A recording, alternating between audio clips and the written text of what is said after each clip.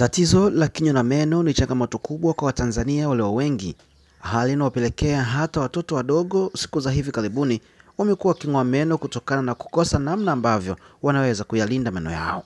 Kutana na Daktari Tumaini Simon, daktari bingwa wa afya kinywa na meno, ambaye anafanya kazi katika kituo cha afya cha Bola Clinic kilichopo katika jiji la Dar es Salaam, akitoa ufafanuzi juu ya elimu ya afya kinywa na meno na uhusiano wake na mwili mzima.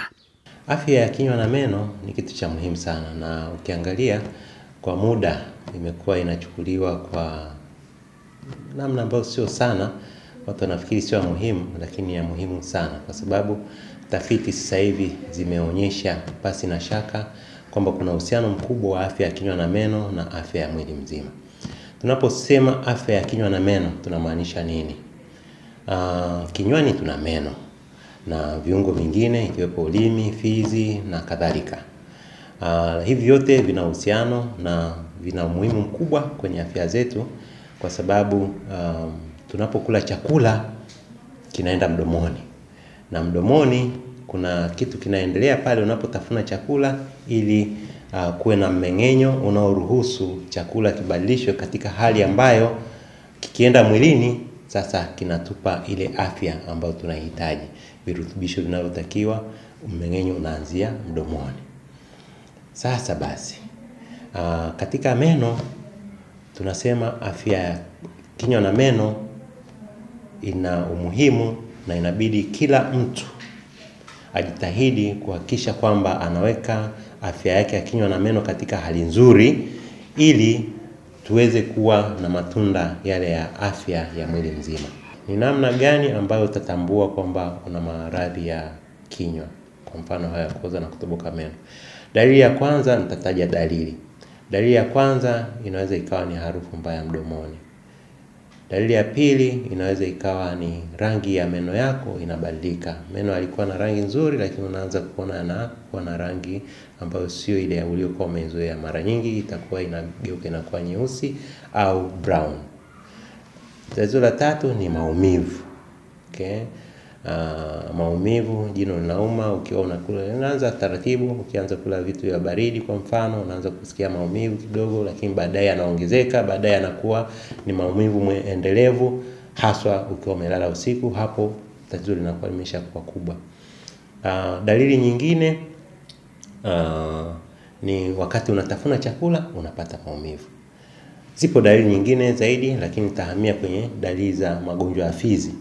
Magonjwa ya fizi nayo, dalili ya kwanza unaweza kuhisi harufu mbaya mdomoni pia, lakini ya pili unaweza kaona damu wakati unapiga mswaki au unapotafuna chakula, ukitema mate unaona damu.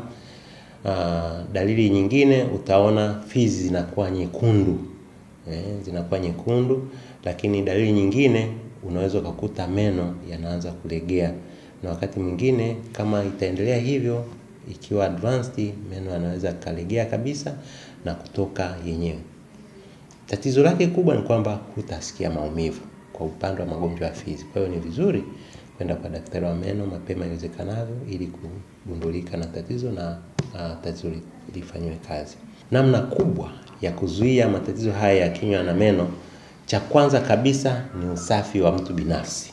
Kama ilivyo kwa mwili mzima tunavyoambiwa kwamba tuwe na usafi wa mwili ili tuwe na afya nzuri, na kinywa nacho ni vivyo hivyo. Tunatakiwa tuwe na kinywa kisafi ili kuweza kuwa na afya nzuri ya kinywa, ambayo itatupelekea kuwa na afya nzuri ya mwili mzima. Namna gani tunashauriwa kufanya kwa usahihi afya ya kinywa?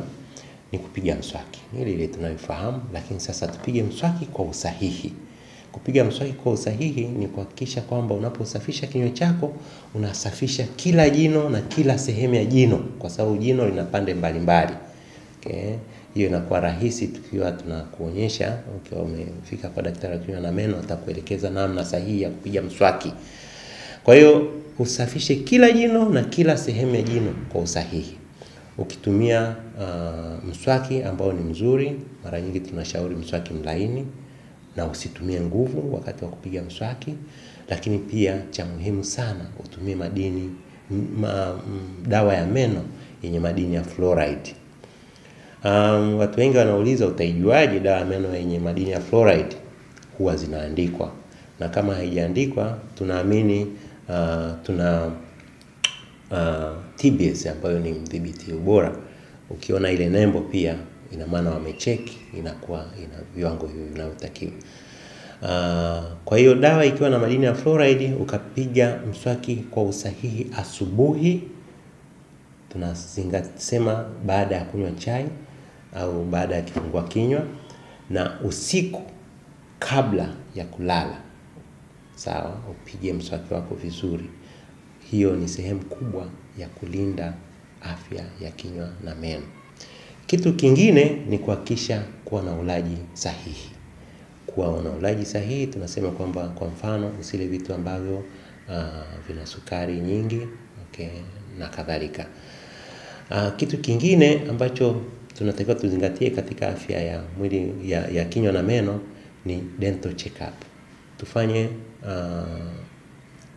uangalizi wa afya ya kinywa na meno angalau mara 2 kwa mwaka. Uende kwa daktari wa kinywa na meno kwa ajili ya kuchekiwa.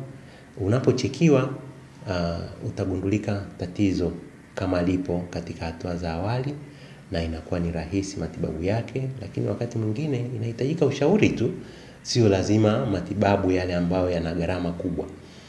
Kwa namna hiyo unakuwa na afya njema ya kinywa na meno. Ni namna gani kuna uhusiano kati ya afya ya kinywa na meno na afya ya mwili mzima? Kwanza tunasema kwamba mwili umeunganishwa. Huwezi ukatenganisha mdomo na sehemu nyingine za mwili. Mwili una viungo vingi ambavyo vinashirikiana ili kufanya kuwa mwili mzima. Kwa mantiki hiyo tayari kuna uhusiano wa mdomo na mwili mzima. Lakini sasa tafiti zimefanyika zinaonyesha kwamba mtu anapokuwa na matatizo kinywani, kwa mfano ugonjwa huu tulioelezea wa ugonjwa wa fizi, kuna uhusiano mkubwa wa ugonjwa wa fizi na magonjwa mengine kama kisukari ambao tunaita non-communicable disease, kama magonjwa ya moyo, kama magonjwa ya figo. Kwa kina mama wajawazito kwa mfano, wanapokuwa na mtoto ambaye hana uzito wa kutosha, mwenye mzito mdogo, low birth weights, lakini kwa wale ambao wanazaliwa kabla ya muda, premature birth, sawa, nao imeonekana kabisa kwamba anapokuwa na ugonjwa huu wa kinywa na meno, kwa mfano magonjwa ya fizi, kunakuwa na uhusiano na magonjwa yale. Okay? Tunapozungumzia kwa mfano